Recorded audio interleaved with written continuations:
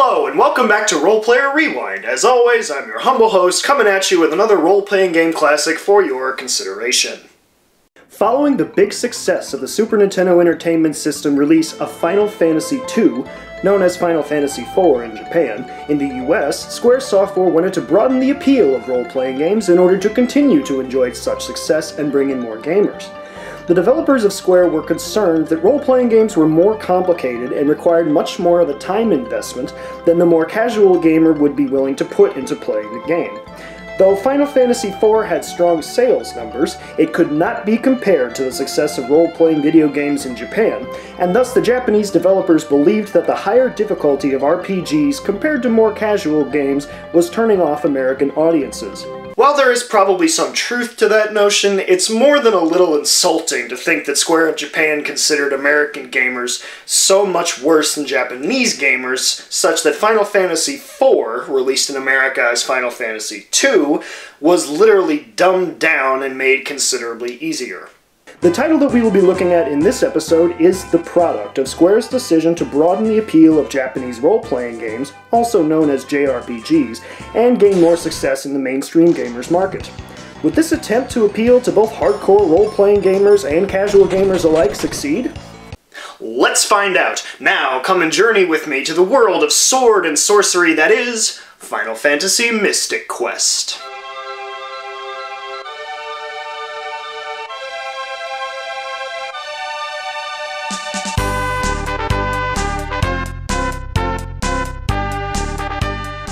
Final Fantasy Mystic Quest takes place on a vast continent within an unnamed world separated into 4 distinct regions. Similar to some other Final Fantasy game plots, this world is controlled and governed by 4 magical crystals representing the 4 elements, and 1 crystal to rule them all, the Crystal of Light.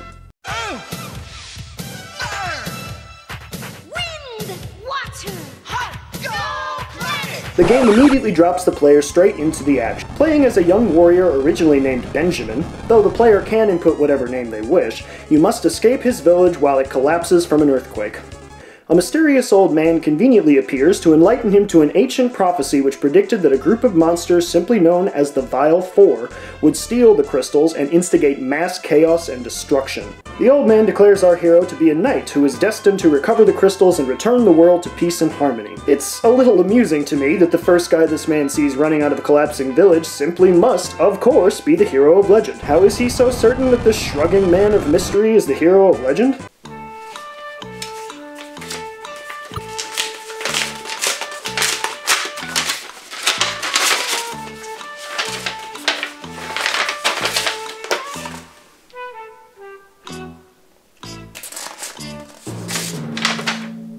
Anyway, after being spoon-fed this exposition, the game introduces the combat system. Following the typical JRPG format, much of the game will consist of duking it out with the hordes of evil in a combat screen that looks like what you're seeing here. The top half of the screen will be occupied by your enemies.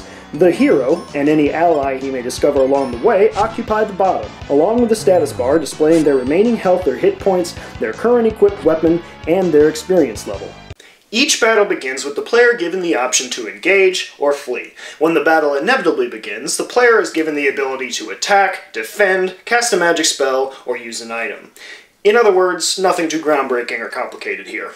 As in most JRPGs, battles in the game take place in a turn-by-turn or round-by-round system. The player is given as much time as he or she chooses to plan their round, and once decided upon the course of action to take, the round will play out where each side of the battle moves. Once the turn is over, you must plan your next move, and so on and so forth, until you either declare sweet victory or are met with tragic defeat. After defeating his first opponent, the hero descends the crumbling mountain and we are introduced to the overworld map. If the way is clear, the player can navigate his way along by moving into different areas, including towns, dungeons, and battle arenas. Towns are places where the hero can rest, find and purchase items, speak with other townsfolk, and learn more about the problems that now plague this once peaceful world. At any time during gameplay, the player can save the game so as to put the adventure away and continue later. Inns? Save points? Screw that. I'm a grown-ass man. I save where I want. The majority of gameplay will take place in the many dungeons in the game, such as this one. The hero must explore the environment and fight through scores of monsters while searching for hidden treasures and the minion of evil who rules over them at the end of the dungeon. The boss, if you will. Both in and out of battle, the player will eventually find it necessary to employ the use of magic in this quest. Unlike other role-playing games that use a more traditional magic points, or MP if you like, Final Fantasy Mystic Quest employs a system where the hero or any allies are only able to cast a spell a limited number of times before needing to rest in order to cast the spell again. This makes the game easier than traditional JRPGs. Essentially, in RPGs, an element of strategy is required in order to balance your character's plan of attack, especially when using magic. Do you want to be as safe as possible with a lot of healing spells, as offensive as possible and hoping to kill the enemy the most quickly, or do you want to balance your attack and recovery magic? Final Fantasy Mystic Quest takes away this element of strategy and a lot of challenge factor with it, which is disappointing in a genre that is often criticized for not being challenging enough. In another departure from many traditional JRPGs, Mystic Quest contains action-adventure elements as well. At times, you may need to jump a gap or use a tool to progress forward, whether it be in a peaceful location or a dungeon. The hero will find and make use of several pieces of equipment to help his progress along the way, and these can be cycled through to utilize the proper equipment for each situation simply with the press of a button. Along the way, you will find several allies who will aid you in your quest, though it is weird and a bit awkward how quickly the game forces them upon you and then takes them away, for whatever reason.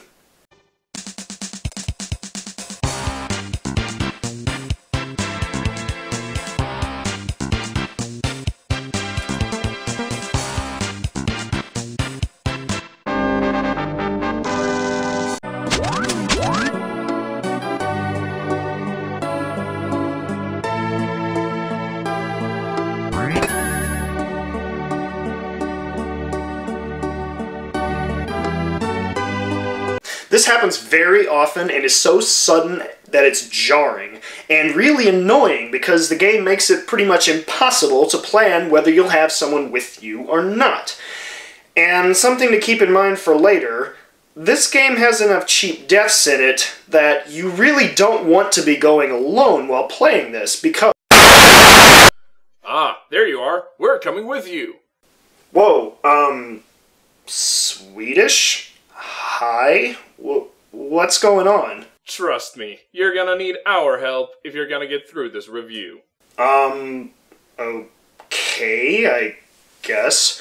Does this mean we'll be doing the rest of the review together? I mean, that sounds kind of fun. I guess I could, we could do it together and have a little back and forth going on. Yeah, sure, why not? I mean, it could be fun. Well, that was fun. See ya! Okay. Moving right along, then.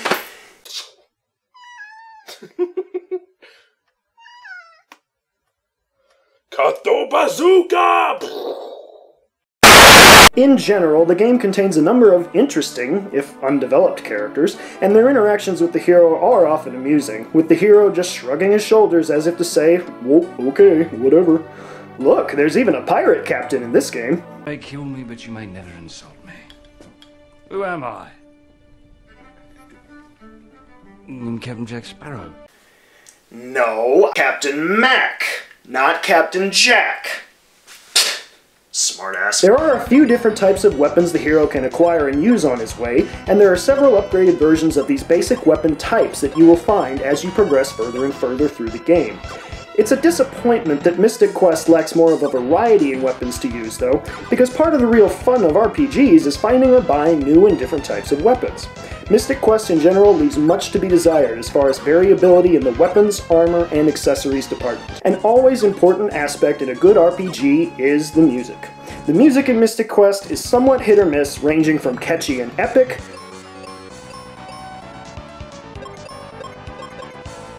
to insipid and forgettable.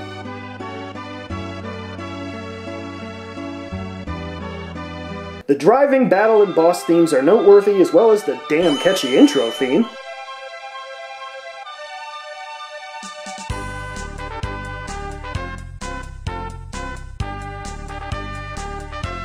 And the theme for a town called Firebird.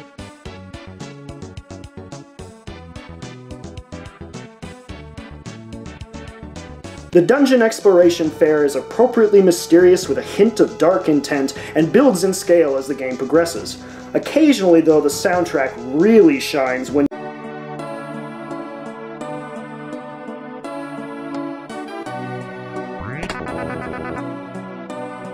oh, so pretty.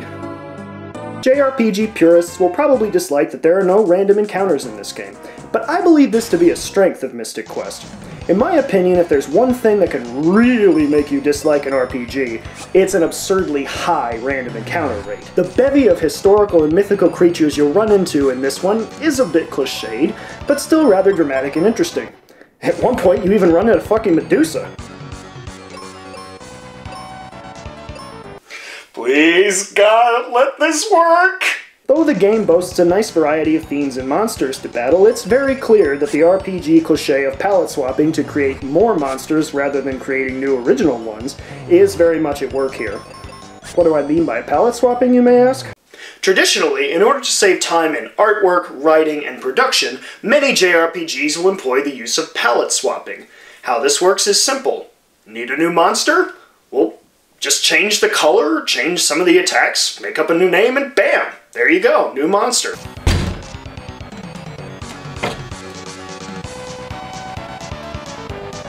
Whoa! No. We've all seen that before. Let's palette swap this shit.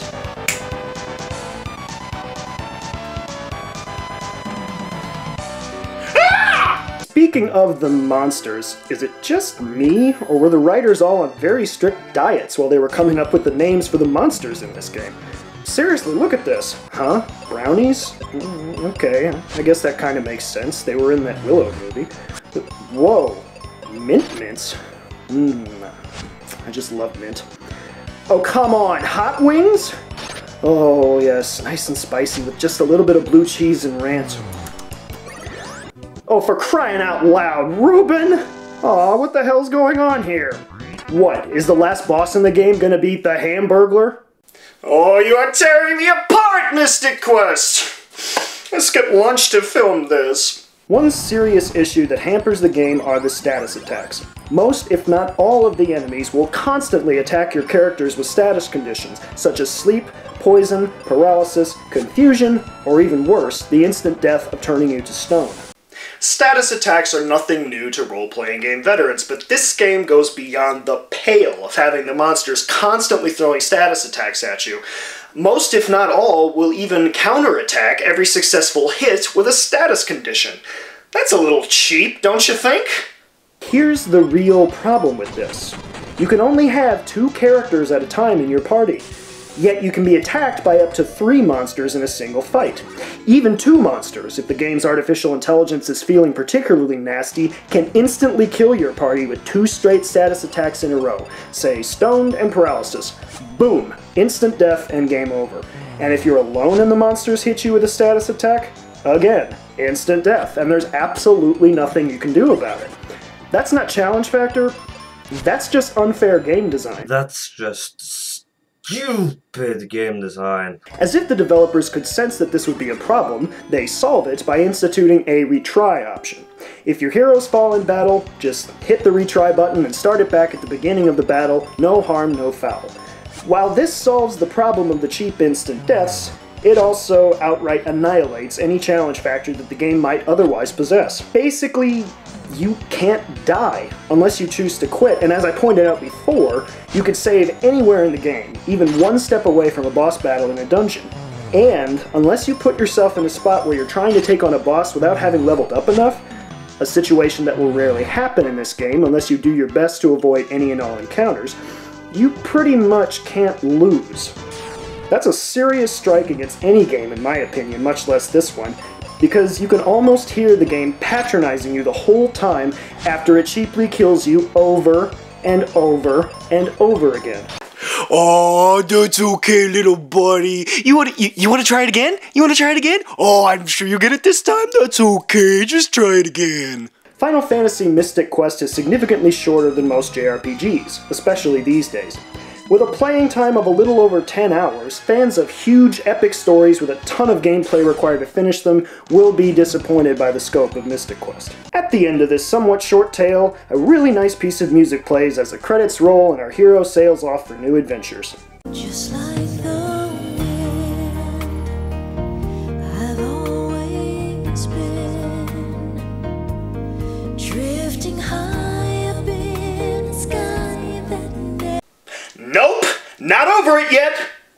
To sum up my final thoughts on the game, let's take a look at some of the best and some of the worst aspects of Mystic Quest. First, let's talk about the best aspects of the game.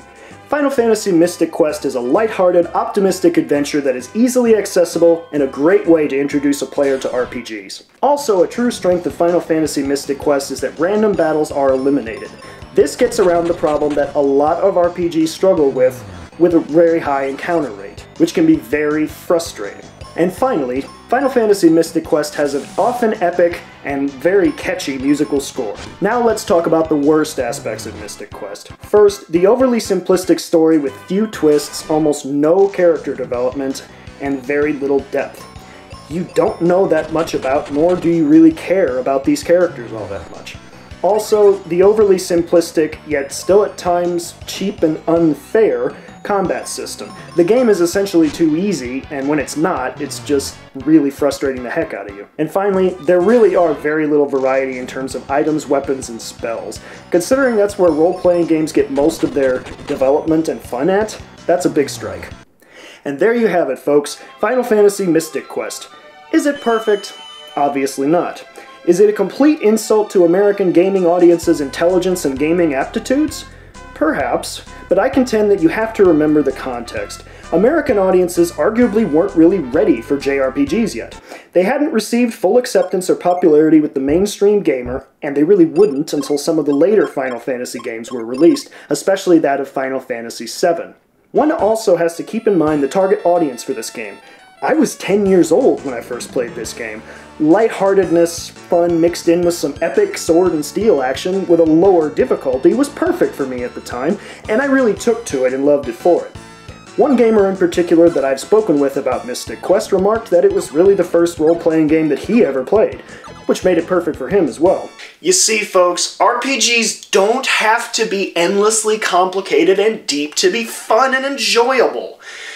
Yes, this is an arguably silly game, plot, and production. And there's nothing wrong with that. Much of my love for this game is of course bolstered by the nostalgia factor, so if you don't have an emotional attachment to it, you probably won't get much out of this one. There are far deeper stories and gaming experiences out there to be had in the realms of role-playing games, but hey, if you're willing to look past its flaws, there's a lot of enjoyment to be had in this rather unique title. 16-bit RPGs will always hold a special appeal and place in my heart, and even if I had never played this game before now, I would be curious at giving this title a shot, and I hope that you will be as well. Well, now that that's over with...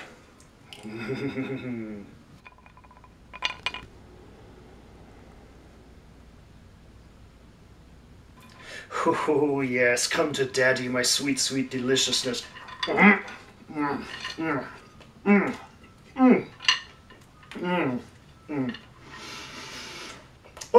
well, this is Corner 006, thank you for watching.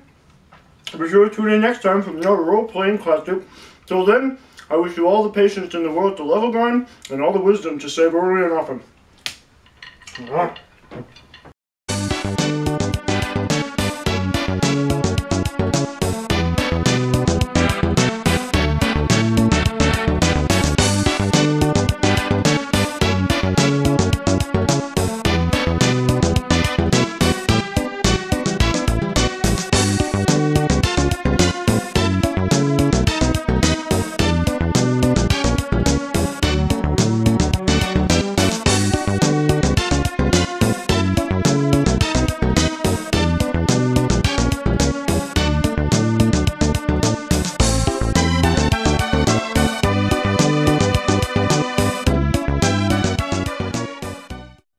Well, that was fun. See ya!